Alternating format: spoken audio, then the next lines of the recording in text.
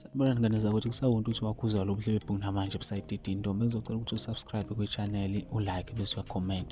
Ngane zakwethu, inkulu indaba uNgizwe Mchunu uthi ungathi umlisa mumbe owaphosta isithombe sikaSjava la beshuthe khona noNkoskazi kaNgizwe ongulindi khuzwayo.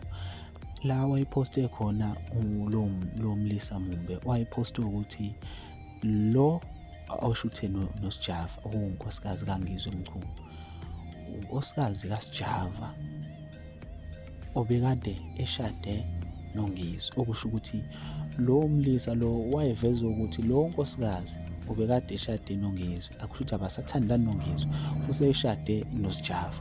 Okuyinkulumo lezi ey'thema zifika emadlebeni kaNgizwe Mchunu, waqale wakuzima lokho ngesimo sokuthi ubekade ezilile.